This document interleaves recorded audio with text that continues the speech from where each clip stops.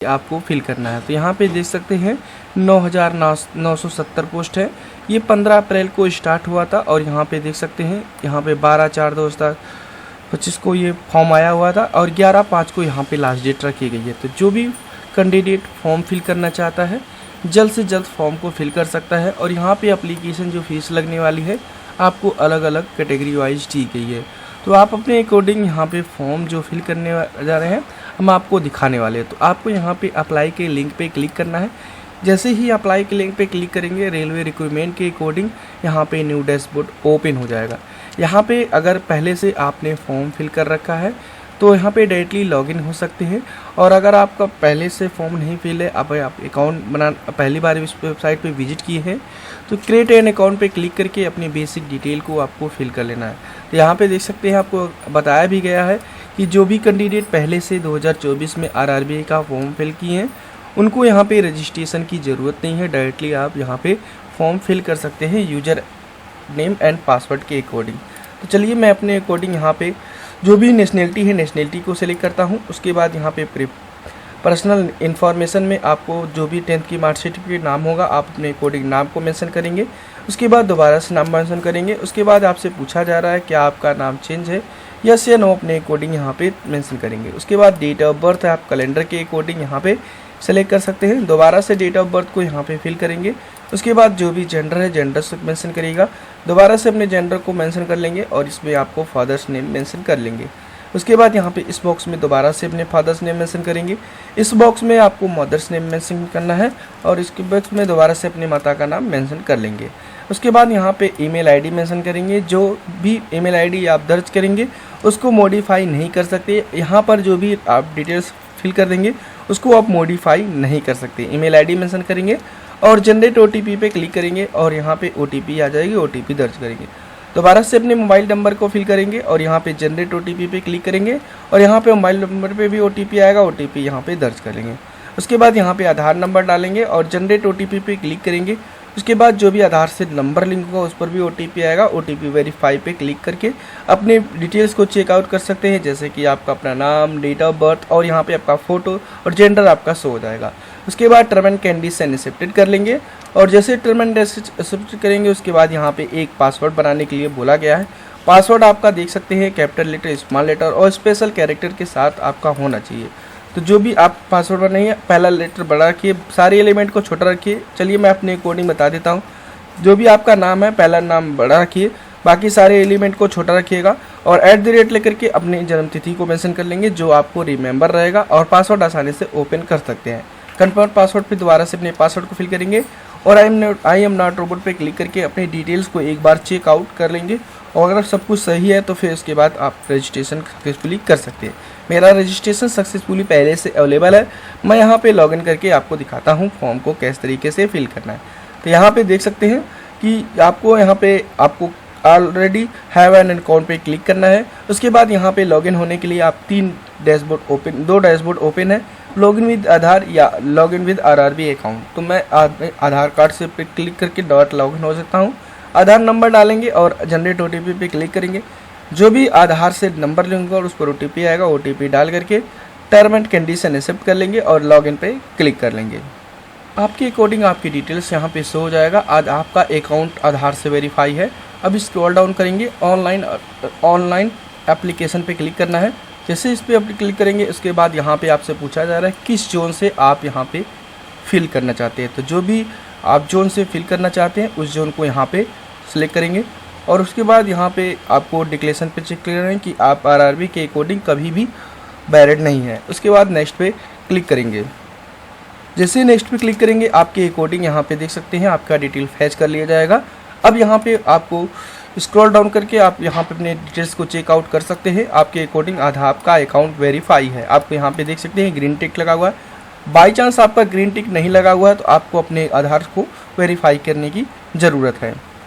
Scroll down करेंगे। Scroll down करने के बाद आपके अकॉर्डिंग यहाँ पे पहले जो भी आपका अनमैरिड है मैरिड है आप अपने अकॉर्डिंग यहाँ पे सेलेक्ट करेंगे। तो चल सेलेक्ट करने के बाद आपको यहाँ पे जो भी धर्म है धर्म को सेलेक्ट करेंगे। उसके बाद यहाँ पे जो भी आपका मदर्स टंग है आप अपने अकॉर्डिंग मदर्स टंग को मेंशन करेंगे। उसके बाद यहाँ पे आपको जो भी आपकी भाषा है, जो भी लैंग्वेज में भाषा जिस भी एग्जाम में लैंग्वेज में एग्ज़ाम देना चाहते हैं उसको सेलेक्ट करेंगे। उसके बाद बॉडी में कोई भी आपके यहाँ पे मार्क है तो मार्क को मेंशन करेंगे और फिर उसके बाद दोबारा से अपने मार्क को यहाँ पे मेंशन कर लेंगे। अगर नहीं है तो नोट मेंशन कर लीजिएगा। फिर इसके बाद जो भी आपकी यहाँ पे कैटेगरी है कैटेगरी को सेलेक्ट करेंगे। उसके बाद कैटेगरी सेलेक्ट करने के बाद आपको देख सकते हैं आपको बताया गया है कि जो भी कैटेगरी सर्टिफिकेट लगेगा वो सेंट्रल का ही लगेगा और ओबीसी के अकॉर्डिंग एनसीएल का भी आपका सेंट्रल का ही लगेगा। तो आप अपने अकॉर्डिंग अंडरस्टैंड पे क्लिक करेंगे। उसके बाद यहाँ पे जो भी नेम ऑफ कास्ट होगा आप नेम ऑफ कास्ट मेंशन करेंगे, जैसे चमार हो गया, जो भी आप अपने अकॉर्डिंग है तो यहाँ पे मेंशन कर लेंगे। तो जैसे नाम मेंशन करने के बाद यहाँ पे कम्युनिटी सर्टिफिकेट नंबर आपको मिला होगा, यूपी से बिलोंग करते हैं 63 से चालू होता है, और आप जो भी आपका नंबर है उसको मेंशन करेंगे और किसने जारी किया है उसके अकॉर्डिंग आपको यहाँ पे मेंशन कर लेना है। तो देख सकते हैं सभी यहाँ पे दे रखे हैं। तो आप अपने अकॉर्डिंग जो भी आपका जिसने भी आपके सर्टिफिकेट पे साइन किया है उसको यहाँ पे मेंशन कर लेंगे। तो उसके बाद यहाँ पे आपको जिस भी स्टेट से बिलोंग करते हैं स्टेट का मेंशन करेंगे, जिस भी स्टेट से अप्लाई किए थे। उसके बाद यहाँ पे आपको यहाँ पे पूछा गया है कि किस डेट में आपकी जो सर्टिफिकेट है जाति प्रमाण पत्र उस जारी हुई है, उस डेट को मेंशन करेंगे। फिर उसके बाद आपसे पूछा जा रहा है कि रेलवे का आपको पास चाहिए, यस या नो अपने अकॉर्डिंग यहाँ पे चूज करेंगे। जैसे यस या नो चूज करेंगे उसके बाद नियरेस्ट रेलवे स्टेशन आपको पूछा गया है, जो भी नियरेस्ट रेलवे स्टेशन है उसको यहाँ पे मेंशन करेंगे और उसके बाद यहाँ पे अपलोड वैलिड कास्ट सर्टिफिकेट यहाँ पे अपलोड करना है। आपको यहाँ पे बताया गया 400 KB के अंदर PDF फॉर्मेट में आपको यहाँ पे डॉक्यूमेंट को अपलोड कर लेना है। यहाँ पे देख सकते हैं हमने डॉक्यूमेंट को अपलोड कर लिया है। अब स्क्रॉल डाउन करके अपने जो एड्रेस सेक्शन है उसको फिल कर लेना है। यहाँ पे देख सकते हैं एड्रेस सेक्शन में आपको स्टेट सेलेक्ट करना है, फिर इसके बाद डिस्ट्रिक्ट, फिर इसके बाद जो भी विलेज एंड पोस्ट होगा आपको मेंशन कर लेना है, फिर इसके बाद टाउन, फिर एरिया का पिन कोड। अगर आपका यहाँ पे प्रेजेंट एंड परमानेंट दोनों सेम है तो टिक करेंगे तो ऑटोमेटिकली डाटा फैच हो जाएगा और आपको यहाँ पे नेक्स्ट पे क्लिक करना है। तो चलिए मेरे अकॉर्डिंग डाटा डिटेल्स पहले से फिल है, हमें फिल करने की ज़रूरत नहीं है। देख सकते हैं हमारा बताया गया है कि पर्सनल डाटा आपका सेव हो चुका है। अब यहाँ पे आपको कट कर लेना है। उसके बाद यहाँ पे आप अपने अकॉर्डिंग एक्स सर्विसमैन है यस या नो अपने अकॉर्डिंग यहाँ पे चूज करेंगे। EBC सर्टिफिकेट है आप अपने अकॉर्डिंग यस या नो सेट करेंगे। फिर इसके बाद are you ex employ railway employ है यस या नो अपने अकॉर्डिंग यहाँ पे सिलेक्ट करेंगे। फिर इसके बाद आपसे पूछा जा रहा है कैंडिडेट डिपार्टमेंट सेंट्रल या आप स्टेट गवर्नमेंट सर्विस के अकॉर्डिंग आप संगठन के अकॉर्डिंग है तो कोई भी है तो यस करेंगे, नहीं है तो नॉट अप्लीकेबल पे क्लिक करेंगे। उसके बाद यहाँ पे पूछा जा रहा है NCVT अप्रेंटिसशिप सर्टिफिकेट आपके पास अवेलेबल है कोर्स रिलेटेड, तो आप अपने अकॉर्डिंग है तो आपको यहाँ पे इस पे क्लिक करेंगे। आपको अप्रेंटिसशिप सर्टिफिकेट के अकॉर्डिंग आपकी डिटेल्स मेंशन करना पड़ेगा, नहीं है तो नो पे क्लिक करिएगा। और ये नहीं कि आप ITI की डिटेल यहाँ पे फिल कर लें, ये आपका जो भी अप्रेंटिसशिप किए होते हैं उनकी अलग से सर्टिफिकेट जारी होती है, वो यहाँ पे डिटेल्स आपको मांगी गई है।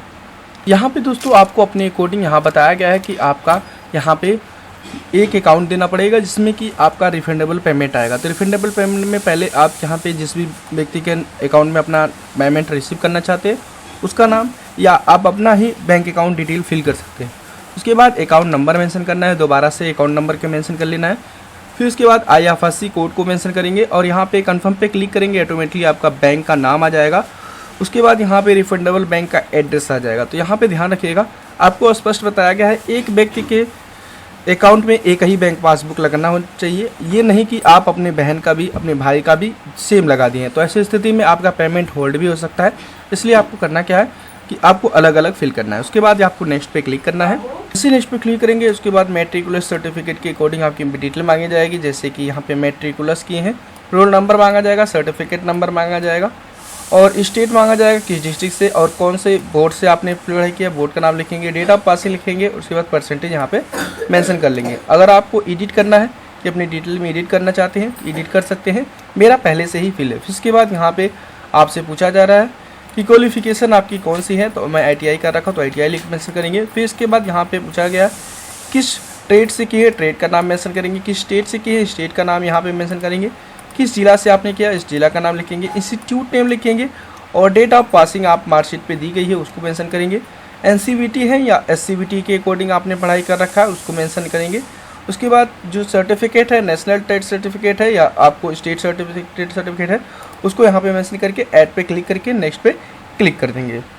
एजुकेशन डिटेल फिल होने के बाद आपको यहाँ पे देख सकते हैं फ़ोटो को आपको अपलोड करना है। फ़ोटो आपको यहाँ पे बताया गया है 2 महीने से ज़्यादा पुराना का वो नहीं होना चाहिए। और यहाँ पे आपको बताया गया वाइट बैकग्राउंड का होना चाहिए। और यहाँ पे यह भी बताया गया किस कैटेरिया में होना चाहिए, 150 से 100 KB के अंदर आपका फ़ोटो होना चाहिए। यहाँ पे जो भी फ़ोटो रिजेक्ट होगा ऑटोमेटिकली हो जाएगा और यहाँ पे आपको दोबारा से फ़ोटो अपलोड करने को ऑप्शंस आ जाएंगे। तो यहाँ पे फ़ोटो अपलोड कर लेंगे, उसके बाद यहाँ पे साइन अपलोड करेंगे। आपको देख सकते हैं 30 से 50 KB के अंदर JPG फॉर्मेट में फ़ोटो अपलोड कर लेना है। और यहाँ पे आपको बताया गया है कि आपको सफ़ेद पेज पे आपको यहाँ पे ब्लैक पेन से या तो वाइट पेन से ब्लैक पेन या ब्लैक पेन या तो आप ब्लू पेन से साइन कर सकते हैं, कोई दिक्कत नहीं है। रनिंग हैंड में आपका साइन होना चाहिए। उसके बाद यहाँ पे अपलोड होने के बाद आपका यहाँ पे शो हो जाता है। बाई चांस अगर आपका शो नहीं होता है तो ये नहीं कि आपने अपलोड किया लेकिन अपलोड नहीं हुआ, नहीं दोस्तों, आपको अपलोड हो जाएगा तो यहाँ पे शो हो जाएगा। उसके बाद आपको यहाँ पे नेक्स्ट पे क्लिक करना है। यहाँ पे देख सकते हैं जो क्राइटेरिया बताई गई उसके अकॉर्डिंग हमारा फोटो एंड साइन अपलोड हो जाएगा और नेक्स्ट पे क्लिक करेंगे। जैसे ही नेक्स्ट पे क्लिक करेंगे फोटो साइन आपका अपलोड हो जाएगा। उसके बाद यहाँ पे आपको जो भी प्रेफरेंसी दी गई है उस सारी प्रेफरेंसी को आपको यहाँ पे सेलेक्ट करना पड़ेगा। उसके बाद टर्म एंड कंडीशन एक्सेप्ट करेंगे। उसके बाद आपको यहाँ पे जिस भी जो भी ट्रेड्स है उसको आपको यहाँ पे फिल कर लेना है अपने अकॉर्डिंग। और उसके बाद टर्म एंड कंडीशन एक्सेप्ट करेंगे, जहाँ से फॉर्म को फिल करें उसका एड्रेस मेंशन करेंगे और प्रीव्यू एंड एप्लीकेशन पे क्लिक करेंगे। आपके अकॉर्डिंग आपके यहाँ पे जो भी फॉर्म है उसको शो किया जाएगा। अब यहाँ पे टर्म एंड कंडीशन एक्सेप्ट कर लेंगे कि सब कुछ मेरा डिटेल सही है। उसके बाद सबमिट पे क्लिक करेंगे। उसके बाद सबमिट पे क्लिक करने के बाद आपको बताया जाता है कि सबमिट करने के बाद आप जो है करेक्शन नहीं कर सकते हैं। करेक्शन करेंगे तो अलग से उसका करेक्शन चार्ज आपसे लिया जाएगा। तो आप अपने अकॉर्डिंग यहाँ पे सबमिट पे क्लिक करेंगे। देख सकते हैं आपके अकॉर्डिंग यहाँ पे पेमेंट का ऑप्शन आ जाएगा। यहाँ पे देख सकते हैं 250 रुपये का पेमेंट कटेगा। आप जिस भी मेथड से पेमेंट कराना चाहते हैं उसको आपको यहाँ पे सेलेक्ट कर लेना है। तो CSC के अकॉर्डिंग करना चाहते हैं CSC सेलेक्ट कर सकते हैं। पेमेंट विद SBI भी मोड के अकॉर्डिंग करना चाहते हैं तो उसको भी यहाँ पे सेलेक्ट कर सकते हैं। उसके बाद टर्म एंड कंडीशन एक्सेप्ट करेंगे और प्रोसीड पे क्लिक करेंगे। SBI मोड के अकॉर्डिंग यहाँ पे पेमेंट का ऑप्शन आ जाते हैं। तो जो भी पेमेंट जिस भी मेथड से करना चाहते हैं उसको हम सेलेक्ट करेंगे। चलिए हम UPI के अकॉर्डिंग सेलेक्ट करते हैं और यहाँ पे पे नाउ पे क्लिक करेंगे। जैसे ही पे नाउ पे क्लिक करेंगे UPI के अकॉर्डिंग एक स्कैनर यहाँ पे से होगा। उस स्कैनर को यहाँ पे स्कैन करके बहुत ही आसान तरीके से आप पेमेंट कर सकते हैं। तो इस तरीके से आप बहुत ही आसान तरीके से आप जो है फॉर्म फिल कर सकते हैं। दोस्तों जो भी फॉर्म जल्दी से जल्दी नहीं फिल किए हैं और जल्दी से फॉर्म को फिल कर लें, क्योंकि यहाँ पे लास्ट डेट बहुत ही करीब आ चुकी है। और इस तरीके से बिना गलती के आप आसानी से फॉर्म को फिल कर सकते हैं। आपको कोई भी प्रॉब्लम होता है फॉर्म फिल से रिलेटेड आप कमेंट करिएगा, मैं उसका सॉल्यूशन आपको वीडियो में पहले बता रखा है। और लेकिन आप एक बार कमेंट करिएगा, जो भी आपको प्रॉब्लम होती है तो उसका हम सॉल्यूशन बता देंगे। इस तरीके से आप अपने फॉर्म को पेमेंट कर लेंगे। उसके बाद एप्लीकेशन हिस्ट्री में जाएंगे, जो भी आपको जितने भी फॉर्म फिल किए हैं सब कुछ हो जाएगा। लेकिन अभी आपको यहाँ पे ALP का जो फॉर्म आया था उसका यहाँ पे प्रिंट आउट लेना है। तो इस पर आपको प्रीव्यू एप्लीकेशन पे क्लिक करेंगे, आपका यहाँ पे एप्लीकेशन डाउनलोड हो जाएगा और इसे आप ओपन करके रख सकते हैं, सेव करके भी रख सकते हैं और प्रिंट आउट लेकर रख सकते हैं। ओके दोस्तों, थैंक यू, बाय।